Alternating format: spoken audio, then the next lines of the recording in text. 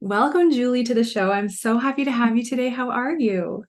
I'm fabulous. How are you, my girl? I am well. I've been looking forward to our chat ever since we did our episode on your show. And just like I was saying to you before we got on, being a medical intuitive and a psychic, but the medical intuitive piece, I'm just so excited to have you share more about today because that's the one thing. I had like two sessions with medical intuitive when I was struggling like really, really bad with my binge eating, and the insights and the information that I just didn't know how to access at the time really helped on my healing. So I'm just beyond the moon to have you today to share more of your gifts. So do you want to just start by, sharing a little bit with the audience around your journey and how did you access these gifts? How did this become just something that you're able to offer to the world? I learned how to be a medical intuitive and psychic medium. I am not a psychic who had dead people chasing her since childhood, or if I did, I would have known what to do with that information. So I learned how to do this stuff. I am a businesswoman and an inventor of surgical devices sold throughout the world, uh, who learned how to do woo woo, and I'm a buffet of psychicness. This is what I tell people. Yes, yes. But see, this is the thing is I feel like for most people it's self-taught, right? Because like from what I've learned is we heal or as we go through circumstance or as we open more up to these aspects that we all truly have in one way or another, as we practice using them, they get stronger. It's like a muscle, right? The more you build it, the more access you have. Is that how it was for you? Or did you just wake up one day and be like, I have this intuition or I'm seeing what's going on in people's bodies? Like, how did you even come to this awareness that you had this? No, I didn't have any awareness that I had it. I learned how to do it. I Okay, so took I took a formal curriculum for okay, 8 cool. years Wow. and studied with a gal who went to how this all began. Amber, was a friend of mine gave me a book a little over 30 years ago called Anatomy of the Spirit by Carolyn Yes. Mays, who's a Yes. medical intuitive. And I founded 9 companies in 5 industries. So I am one of those typical entrepreneurs out there. And my girlfriend says, "Oh, all entrepreneurs have ADD." Yeah, probably we do. We're like, "Oh, that's interesting. Let's do something with that." But anyway, she gave me this book called Anatomy of the Spirit. And I'd been in the healthcare industry on the supply side, on the device side for a while at that point. And Carolyn Mace calls herself a medical intuitive. And I thought, what the heck is that? I'd Mhm. never heard that word before. And so I looked it up and learned more information about her and her work. And I thought, oh, that would be cool because I'm all about helping people heal, but with devices in surgery. Mhm. So then I went to the library because back then we didn't have the internet yet. And I went to the library. I didn't really find anything. And then I went to a bookstore, an old-fashioned bookstore, and I found Hands of Light by Barbara Brennan, Mhm. who is a former NASA physicist, she just passed recently, Mhm. who was a former NASA physicist who parlayed very complex quantum physics information into understandable English about how to use quantum physics and energy to help Mhm. facilitate healing. And I thought, okay. So I read her book and then I called her school because I wanted to know more.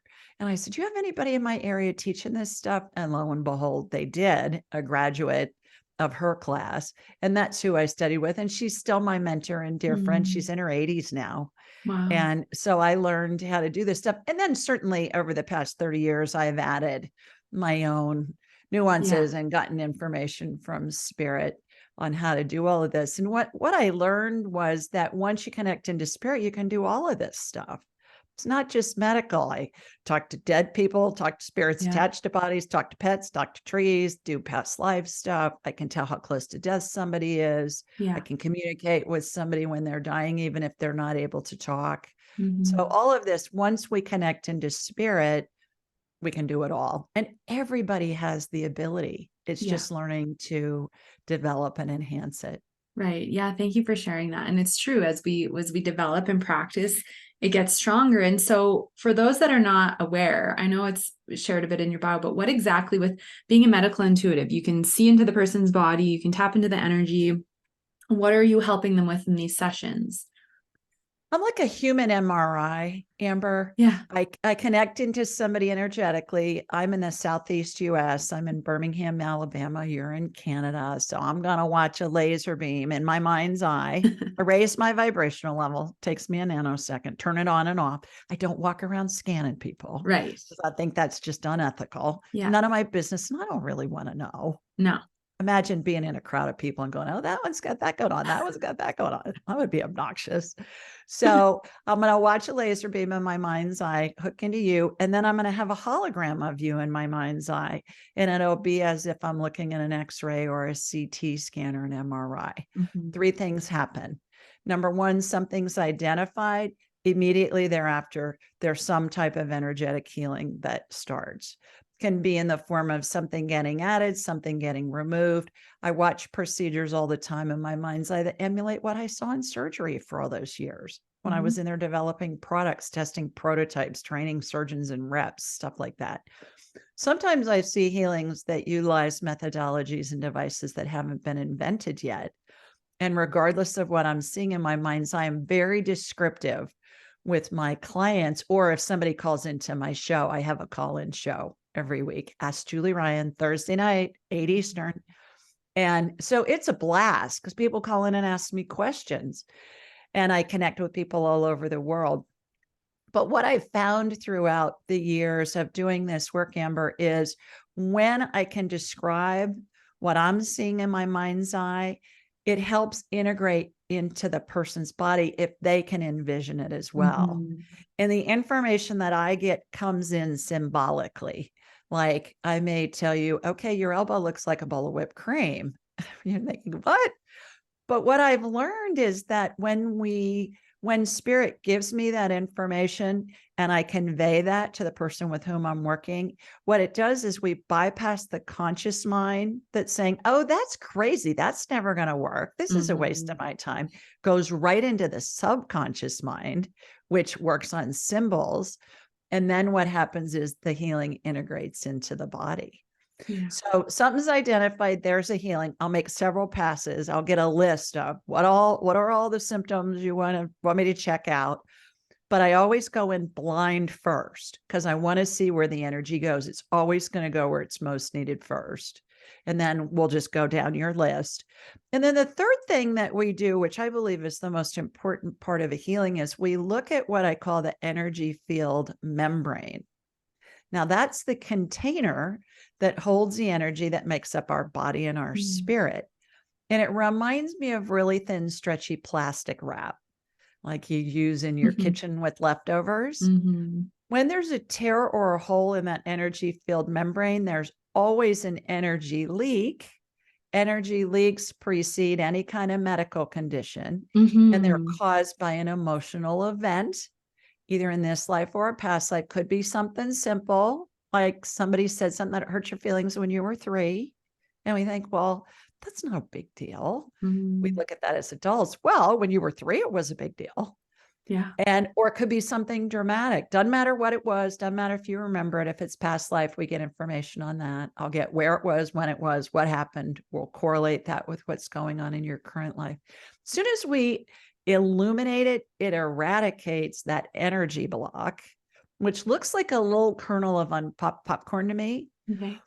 I'm not going for the most dramatic thing that's happened in your life. I'm going for where did that energy block begin? Right. Because if we can eradicate it at the root, we get rid of all that other energy that's piled on top of it for all of those years you've been alive.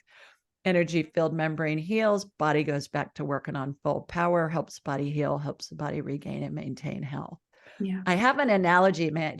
Can I share Yes, that? please. Share that? If you imagine going to the pet store to buy a goldfish, they're going to put it in a plastic bag of water in order for you to get it home. Right. Well, if you have a picture of that in your mind's eye, the fish represents our body. The water represents our spirit because the body's inside the spirit. It's all holographic, but it's inside the spirit. And the plastic bag contains all of that. If that plastic bag with the fish in it has a pinhole in it and water is draining out a drop at a time, for a long time, that fish is going to be fine. However, when enough water drains out, that fish is going to be in trouble. Yeah. That's what happens to the human body. So we can fix body parts all day long, but if Mhm. you're leaking power, what's the point? Yeah. Thank you for sharing that. That's so important and such a good way to describe it, because I was just going to say, like, we, especially here in North America, have been taught to treat at the physical level and sometimes emotional. And yes, then there is some energy healing available, but it's so, okay, yeah, you have a symptom, you go to the doctor, you need a surgery, you get a pill, and like, obviously there's a time and place for everything, but this piece is everything. Energy leaks, your field being compromised, right? Like it all starts at these, I think there's the 5 planes of manifestation, correct? The spiritual, energetic, emotional, mental, and physical. And if we don't address at these levels of energy where these leaks come in, like you said, eventually we manifest these physical symptoms. Is that how you see it? Yeah, I don't get into the weeds that much of the different planes and all of that. It's just all amalgamated together after all this time. Yeah, it And accumulates. so it's just, I'm a businesswoman, cut to the chase. What's Yeah. the deal? How do we get to the root? How do we reverse engineer it? How do we fix it? I think it's important for all of us to remember also that nobody heals anybody else. No Yeah. doctor, no medical provider, no shaman, no healer, nobody. We all heal ourselves. The work that I do, the work that Eastern and Western medicine does, the work that all of the ancillary medical services do, we all facilitate the person healing themselves. And I think a great example, 2 great examples of that. Number one, when somebody has surgery, at the end of the procedure, the surgeon's going to close the incision with sutures and staples. The surgeon doesn't make the patient's skin grow back. The patient makes their own skin grow back. Mm-hmm. Example number 1. Example number 2, somebody is coming in for surgery. There are 2 patients back-to-back surgeries, same symptoms, both in great health. Surgeon does the exact same procedure, goes great on both of the procedures. One heals quickly and completely, the other one doesn't. Mm-hmm. Surgeon didn't do anything differently. No. We all heal ourselves.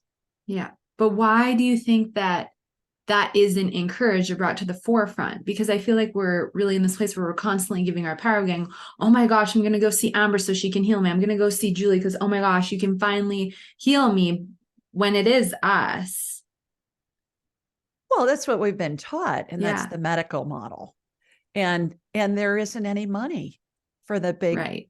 medical machine in people healing themselves. You know, where are they going to make money? They're going to make money off of medical procedures. They're going to make money off of medical visits. They're going to make money off of the pharmaceuticals, off of the devices. Certainly there's a place. If I'm in a Yeah. car accident and I'm bleeding Yeah. out, I want to go to the emergency room. I Yes. want them to fix me in the emergency room, and then I'll heal my own body. But that's why we have that. And I think what's happening is more and more people who've been to multiple doctors with multiple diagnoses and treatment plans, and they still have the same symptoms, are starting to reach out to people like you and like me and others and saying, okay, there's more to the equation here. Mm-hmm. And I believe that we all work together. It's all complementary. It's a part of the healing equation Yeah. that we have available to us. Yeah, I agree 100%. Thank you for sharing that. Yeah, we have to learn how to take our power back, right? And I find that's something I'm constantly helping my clients with, is like, yes, I'm giving you information, but you're doing this, you're making the changes, you're taking the time.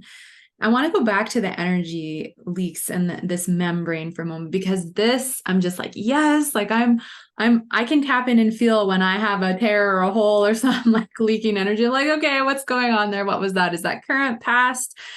But do you see a common pattern with, say, some like overlapping things that most people, like what's causing these leaks? Like you said, like things that happened in childhood. Is there certain things though that you see across the board that are causing these leaks, or is it very unique to each person? Like, is it diet or like empaths taking on all the collective energy? Like, I'm just really curious about that. It's individual for each person. It's some life event in that person's Okay. life, either in this lifetime or a past time. Let me give you a couple of examples. Like I mentioned, somebody may have called you a bad name when you were little. Mm-hmm. I was working with a man yesterday. He fell off a bike when he was 6. All his little friends were with him. They made fun of him. He was embarrassed. He was in his 60s. He said, "Oh my God, I forgot about that." I said, "That was not the most dramatic thing that's happened to you. That's where the energy block began." You know how psychologists will say, "Now, Amber, we're going to talk about your life, and it will be like peeling an onion a layer at a time. Mm-hmm. I want to get the onion out by the root. Boom. Let's Yeah. just eradicate it." So it could be something simple that happened in childhood. It could be something dramatic. One of my clients, one of my favorite stories about something dramatic, Amber, is I have a client who lives in Guernsey, which is one of the northern islands off of the coast of the UK. What happens is I'll see where the tear or the hole is in the energy field membrane, and I'll envision myself going into that tear or hole. And it's like I've walked into a movie scene, and I'm given where it was, when it was, what happened, a little bit about what happened. And so I see her as a preteen, and there's an explosion behind her. Mm-hmm. And I said, "Does that mean anything to you?" And she said, "Yeah, I was a victim of an IRA bombing when I was 12. Wow. She said, "I spent 3 months in the hospital." I'm thinking, okay, that's a dramatic emotional event. Mm-hmm. She said, had I been front facing, I would be dead. I was turned to the side. And so it can be anywhere across that. I'll get like, all right, it was 1984. You were riding in a car. Your mom was driving. You were in the back seat. You had your brother on your left side, your sister on your right side. Here's what happened. And I'll say, "Oh my gosh." And sometimes they don't remember, but then they'll remember later. Right. Or sometimes they don't remember at all. And if it's past life, I'll get where it was, when it was, a little bit about what happened. We'll correlate that with what's going on in their current life. Mm-hmm. And it's always fascinating. I talked to a woman this morning, and we did an energy field. I always save that till the end of a healing because it's the most important part. And plus, when people want to talk to me, they want to find out what's going on with their symptoms. Mm-hmm. So we address those first, get those out of the way. And then we do the really important stuff, which is the energy field membrane healing.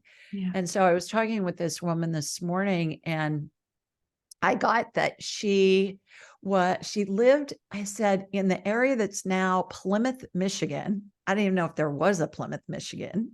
And I said, "You were a Native American, and you had watched a massacre of your village by another tribe that had come in, and it was a warring tribe, like a competitive tribe." And I said, "Here's what I'm getting." And I get that in this life, you're always in fight or flight. You're always waiting for what's the next thing that's going to happen. What's going to go bad? How does this work?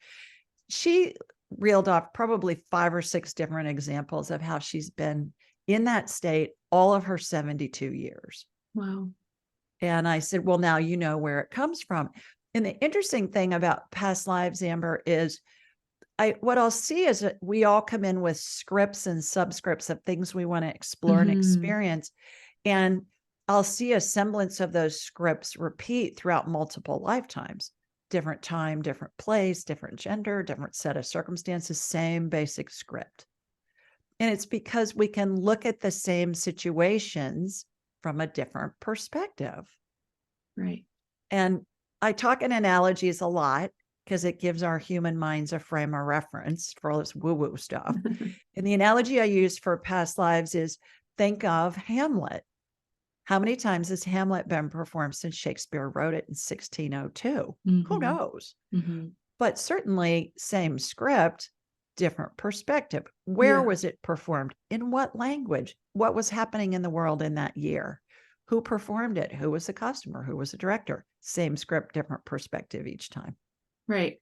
So on the past live note, I'm glad you brought all of this up, because I'll tell you, some of my past lives, starving prisoner, I had leprosy. Everyone looked at me and criticized me on the street, and I was homeless. I was the massive woman in the circus that people paid to come and look at and like make fun of. So like just all these experiences that just make sense with different insecurities healing, through this lifetime. And it just helps put the pieces of the puzzle together. But how can you pick up on these past lives? Like, is there something we carry in our DNA or our soul? Like, how can you tell when you go on, is it versus past life versus this life? Or do you just hear the voice, spirit? I'm shown a scene. Okay. And then I get information. I call that divine downloads. I'm getting information downloaded into my head. And so I believe that it's in our spirit. Our spirit lives unlimited lifetimes. Mm-hmm. And we want to look at things from a different perspective, because when I've been told over the years, and I've been doing this woo-woo stuff full time for about 5 years. I sold my surgical device manufacturing company. I thought, all right, now what am I going to do for fun? So I still have a couple of other companies that are still operating, but I have wonderful people running them. They don't take a lot of my time. And I thought, maybe I'll dip my toe into this woo-woo stuff. And here I am. Yes. Interesting about that. Back when I first started studying this stuff, people said to me, what are you going to do with this? I said, I don't know. Why are you doing this? I don't know. Well, what are your goals? I don't have any. And here I am all these years later, not only doing it myself, but teaching people all over the world how to do all the stuff that I do. So I believe it's our spirit wants to explore and expand each time we have an experience, because we don't really get things until we experience them. Mm-hmm. And the other thing is, I've heard from spirit over the years, they see everything in the human existence as just an experience. There's no right or wrong, no good or bad. Yeah. It's just an experience. So we look at something from our human perspective as being horrific, and they're looking at it like, oh, cool. What's she going to do with that? How's she going to get out of that situation? She was a fat lady in the circus, and now in this lifetime, she's got the wherewithal to figure out in 2023 or whenever you got this all figured out, she has resources. She can figure this out on her own. Whereas in past lives, she didn't have the opportunity because women didn't have as many advantages. We didn't have the access to global information like we do. Yeah. And so you can look at somebody's past lives and see a progression of, okay, I was a fat lady in the circus. Okay, got that. Maybe I'll be starving in the potato famine in Ireland next time and see what that feels like. Okay, got that. Now maybe I'm going to incarnate as somebody who has a weight issue and figures it out. And so she doesn't have to be on either side of the teeter-totter. Yeah. It's really fascinating. It is. It's very fascinating. And one other thing I learned is the fears that I've alchemized in this lifetime were past life experiences.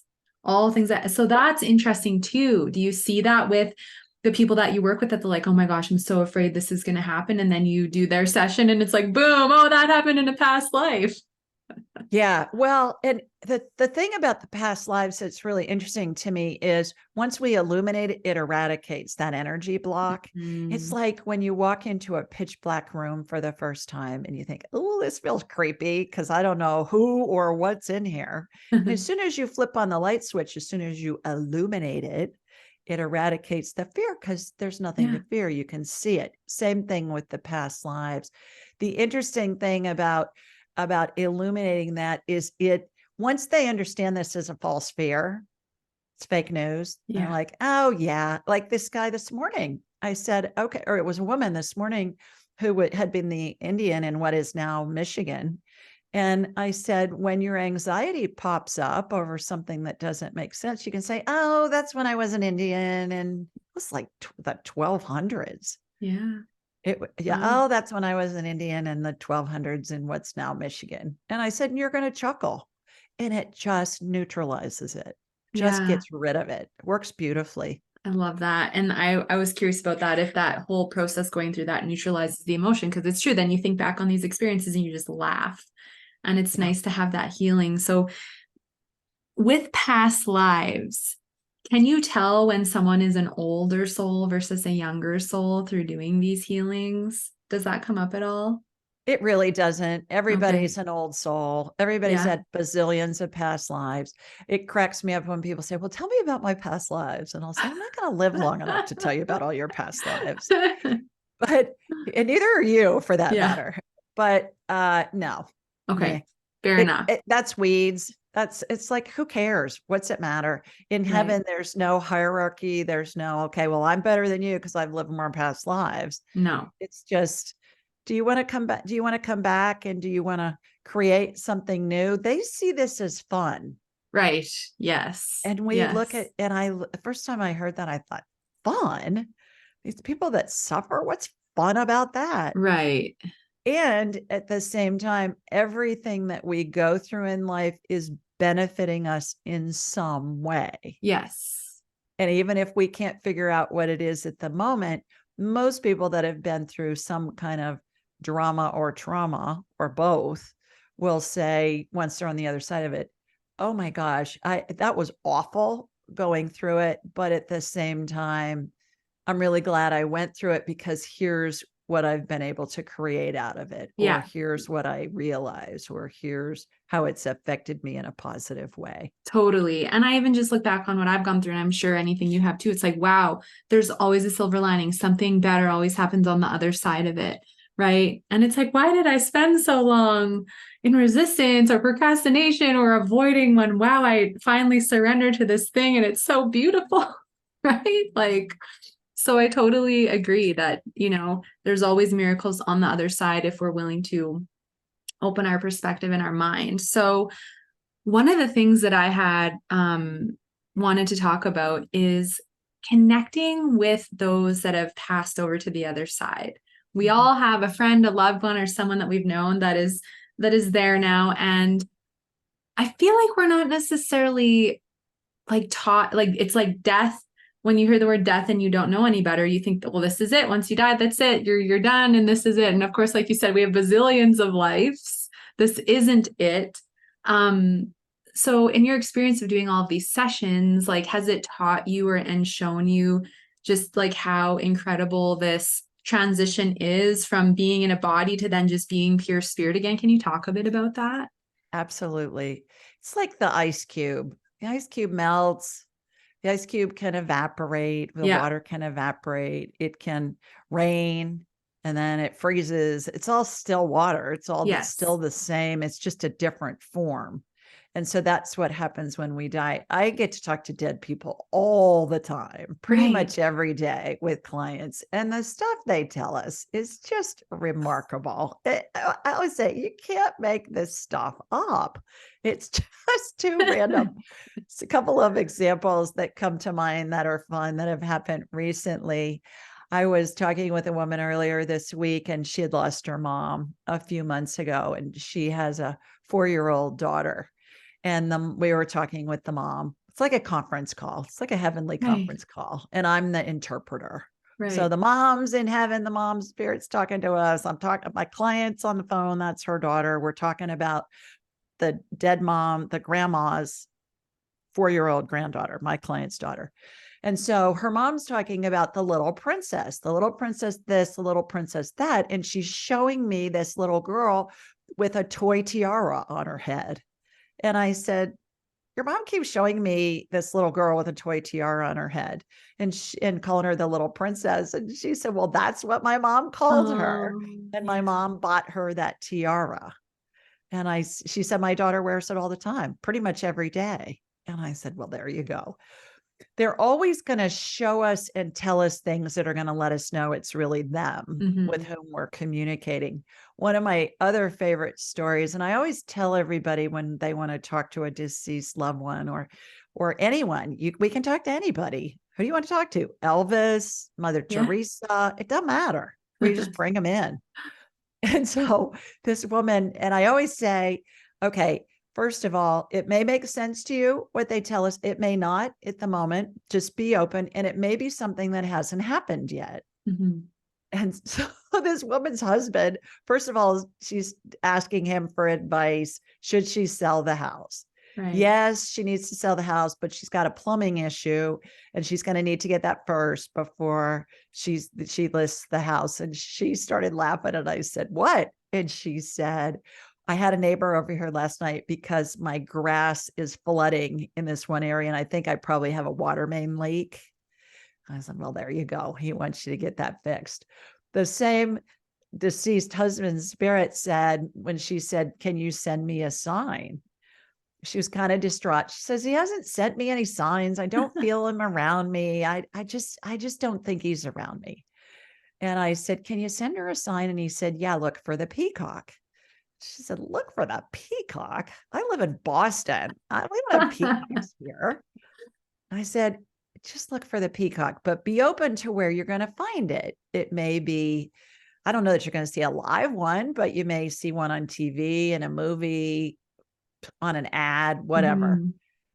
Within 5 minutes of hanging up with her, Amber, she emailed me and she said, I opened my Facebook page when we hung up, and the first thing that showed up was this beautiful full color picture of a peacock with Yeah. its feathers extended. She said, okay, all right, I believe. I said, it's just the Yeah. stories are endless. Yeah, that's amazing. Yeah, it's so true. I, always ask for like, okay, give me a sign that my mom's talking to me, or like that my angel's with me, and butterflies are my thing, and whether I see them outside in the summer, because obviously here in the winter it's minus 20 to 40 and there's no butterfly.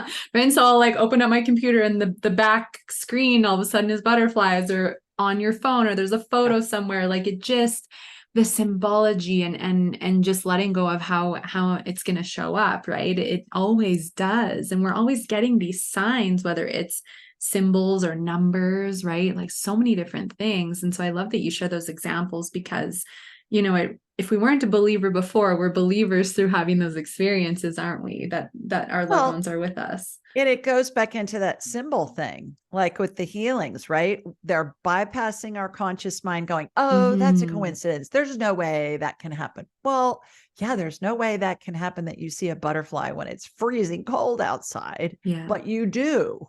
Yeah. And so it's bypassing your logical mind, going into your subconscious mind. Right. It sinks right in. Absolutely. Why is it that our conscious mind is so rejecting of this? Because that's what we've been taught. Yeah, the programming. I did an interview with a woman named Perdita Finn, and asked Julie Ryan, you can find it. And it's really interesting because she talks about our ancestors and praying to our ancestors, and how we all were taught to discount this by cultures, by religions, by others. Mhm. And the whole healing thing and the whole spiritual thing, since the beginning of time, people talk to their ancestors, and they Yeah. still do in certain cultures. And they build altars to the ancestors, especially in Asian cultures. And it's just a thing in the past, maybe 100 or 200 years, where the witch is being burned at the stake. Yeah. Most of that happened in Europe. Most of it happened in Germany and in England, Perdita taught me. And it was by people who were the well-educated ones. Mhm. It was the most well-educated men who were burning the women who were doing natural healing and Yeah. talking to their ancestors and getting them to help them. And so it's a really fascinating conversation Yeah. about what happened and where did we go. We've become very proof oriented. We want to see proof for stuff because Right. we've been taught that. Yeah. Yeah. And what that though takes us away from is this innate knowing, this connection we already have, right? I have to see it to believe it, versus this deep knowing that is within us, this access to this intuition and our gifts. And so I love that you share this, and that it's always been something that we were meant to do. And I think people are opening up more to that now. I feel like there's a reawakening to that occurring on the planet.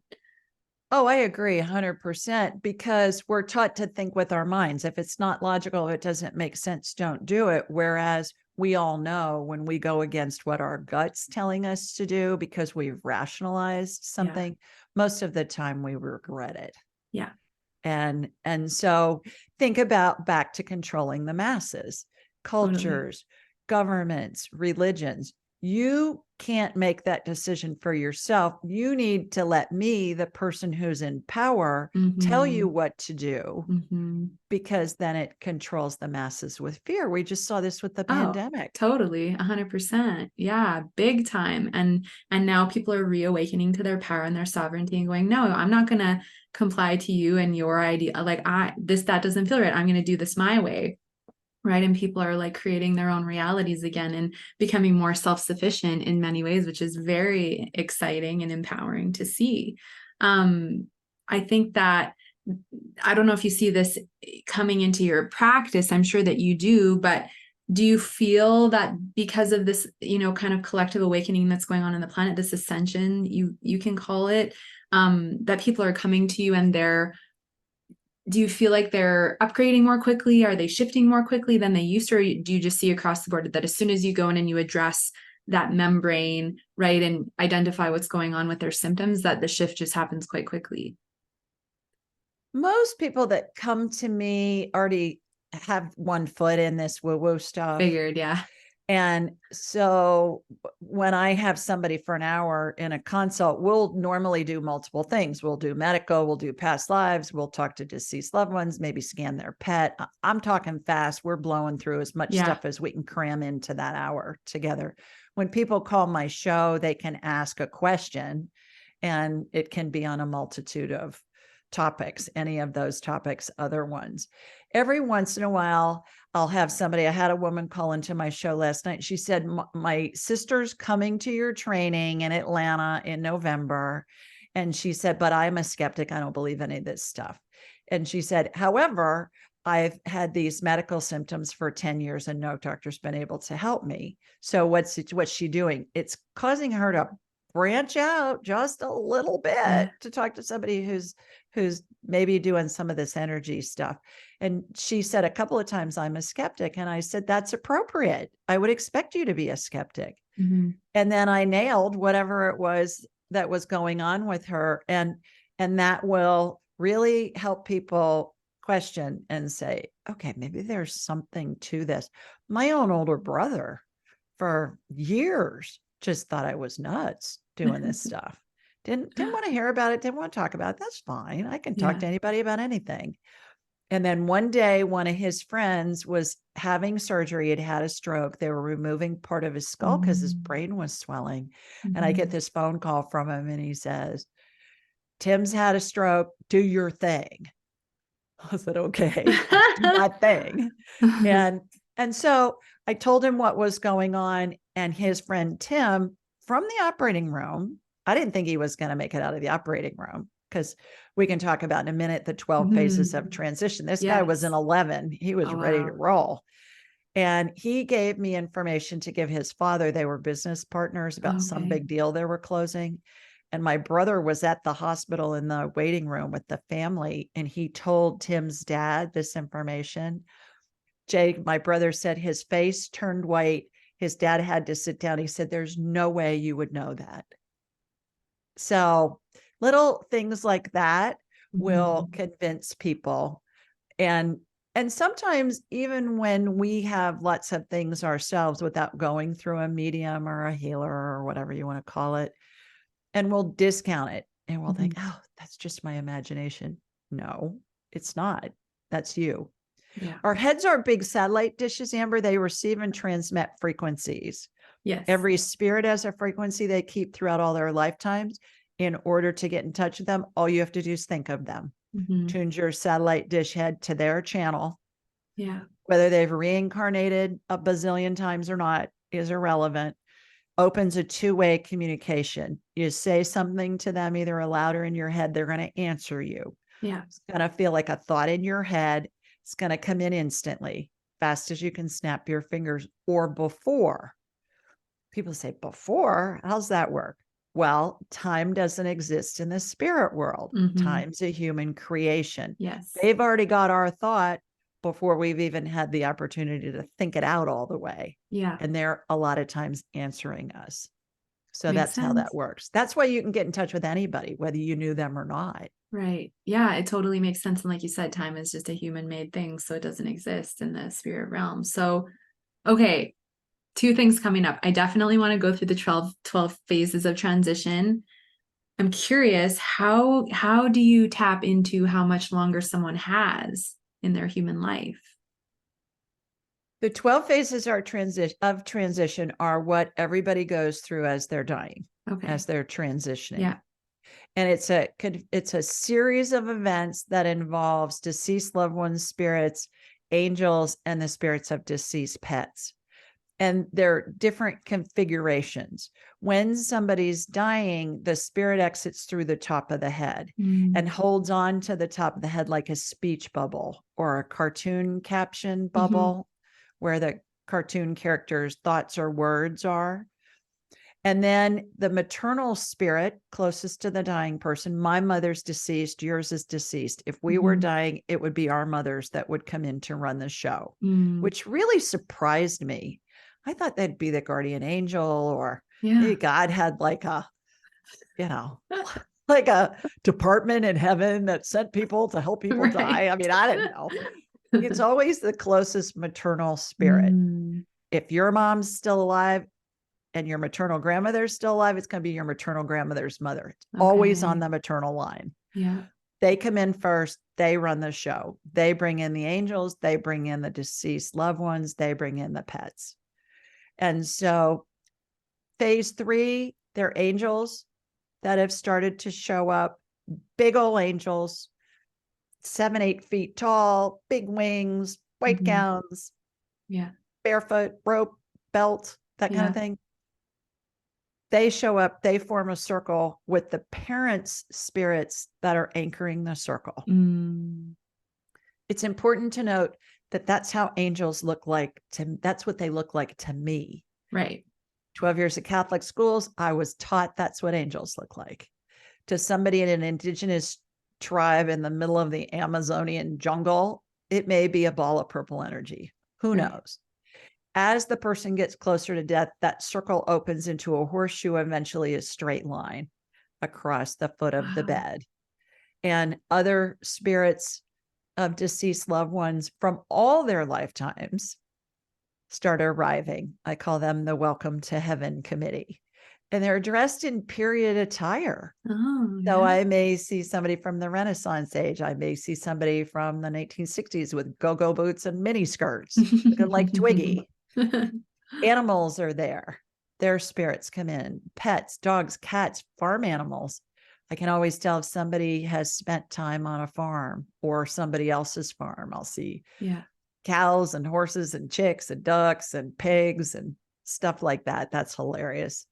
And so it's this configuration of events. Now, about phase 9, phase 6 is where it starts to really get interesting, because that spirit bubble that's hanging on to the top of the head, about phase 6, there are 2 extra angels that show up on either side of the spirit bubble.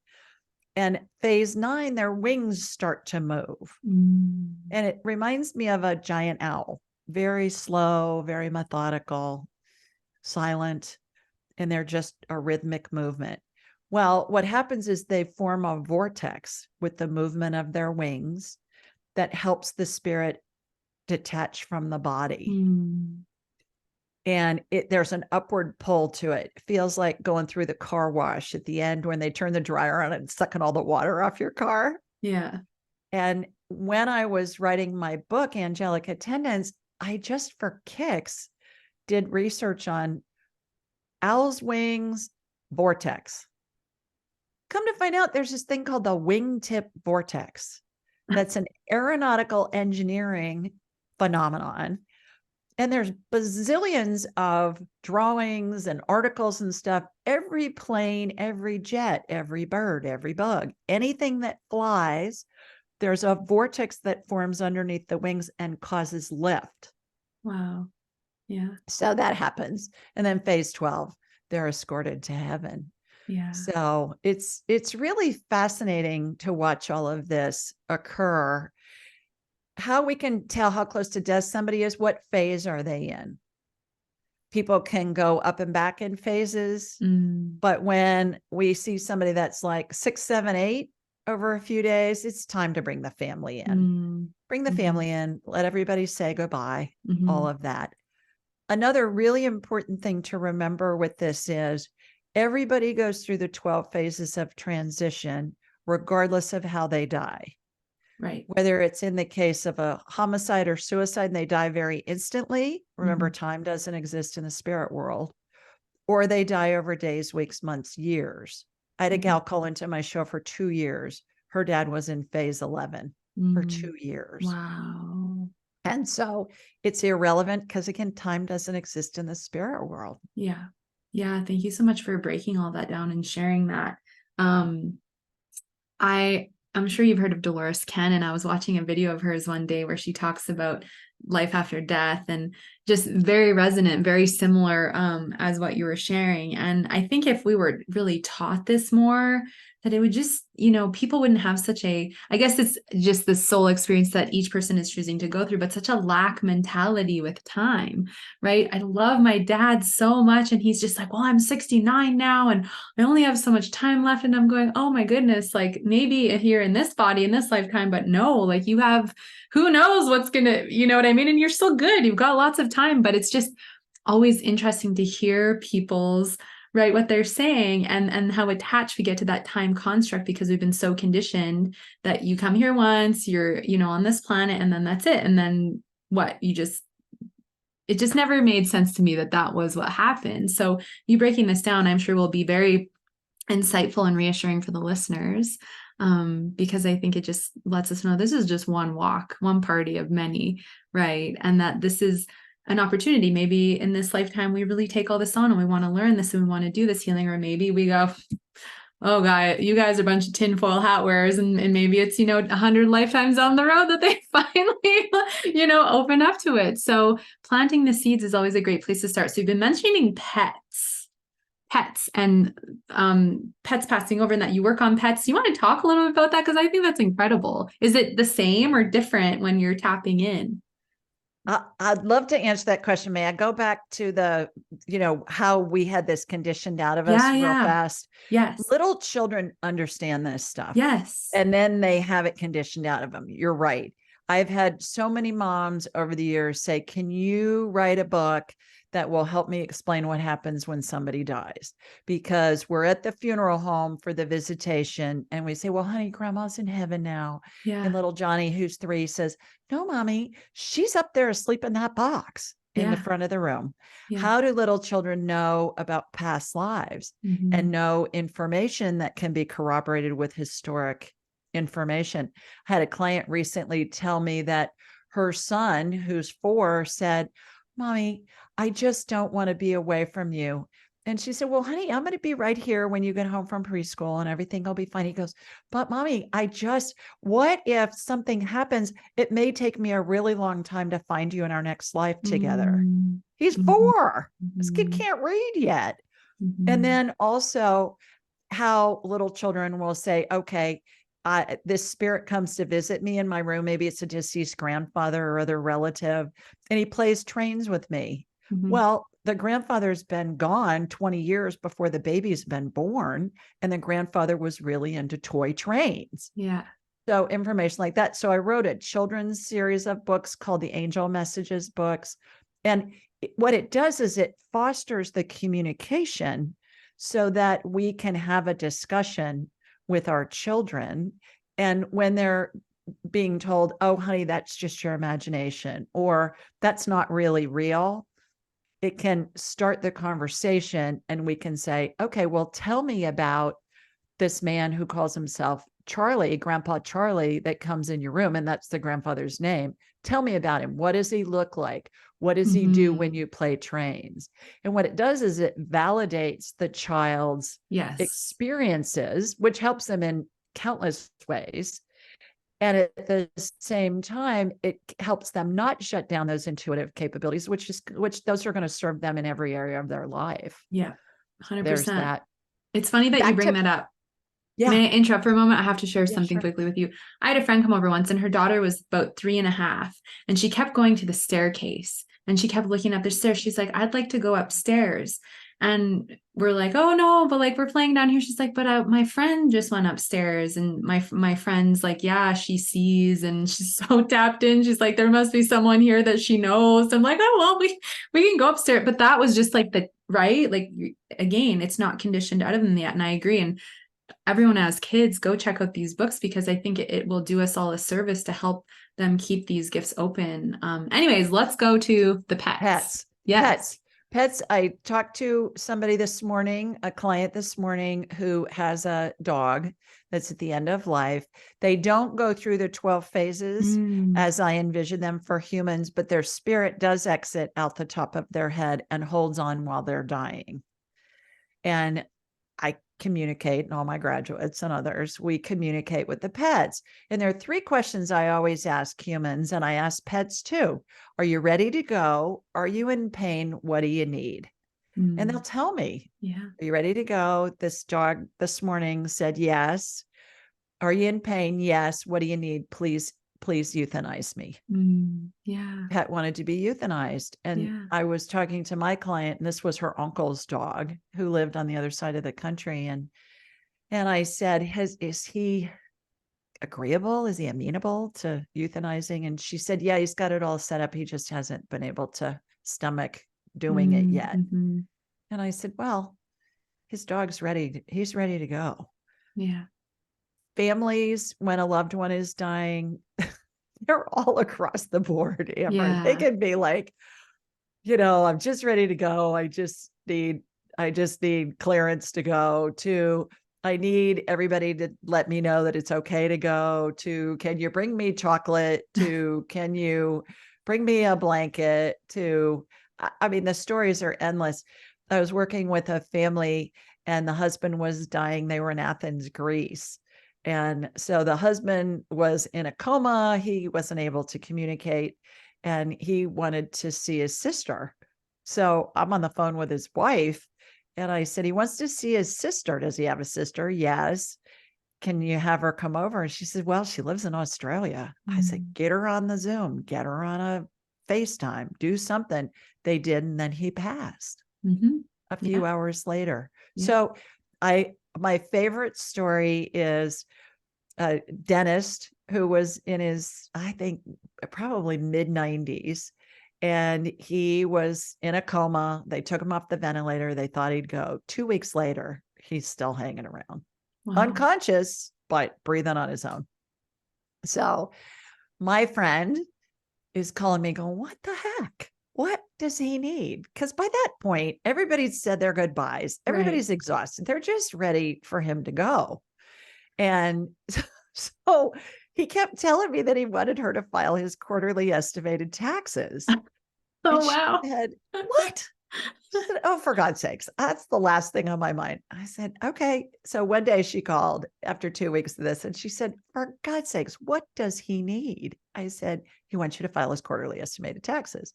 And she said, I don't even know where they are. And he said, go to my house, in my bedroom, in my desk, left side, middle drawer. I said, just go to his house, see if they're there. So she does. They're in an envelope, Amber. They're already filled out. The check is filled out. The stamp's on the envelope. I said, she's calling me from his house. I said, just mail them on your way back to the hospital. She did. He died a few hours later. Wow. Fast forward, she's the executive of his estate. And by his taxes being filed on the day that he died, before he died, it saved her all kinds of headaches. Wow. Settling his estate. That's what he was waiting for.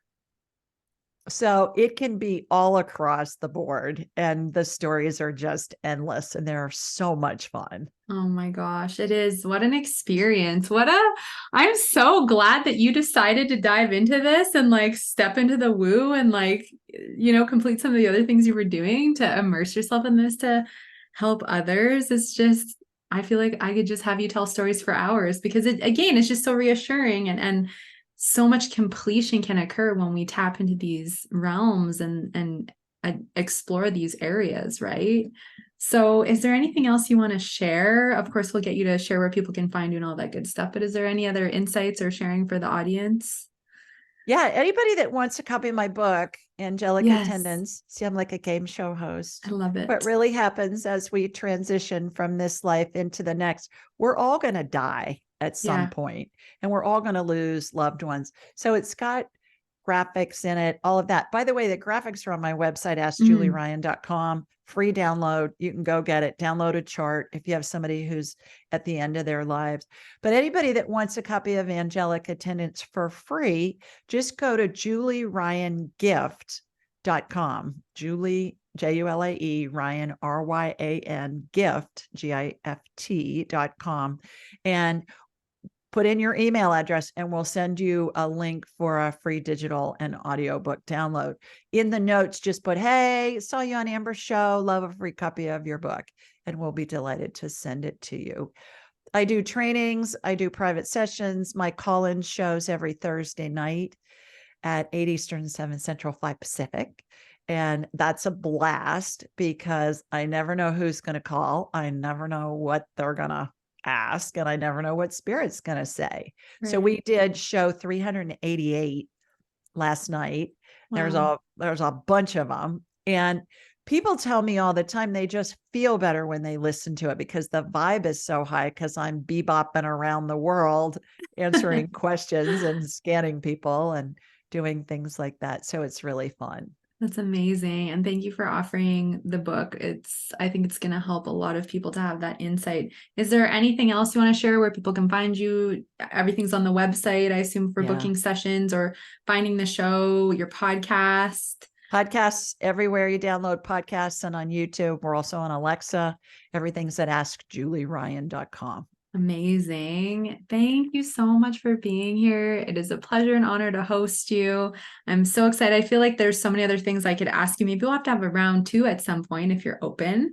I would love that. Yeah, but thank you for being here and taking the time today. And thank you for doing the work you are in the world. It is so needed. So it's been a pleasure. Mine.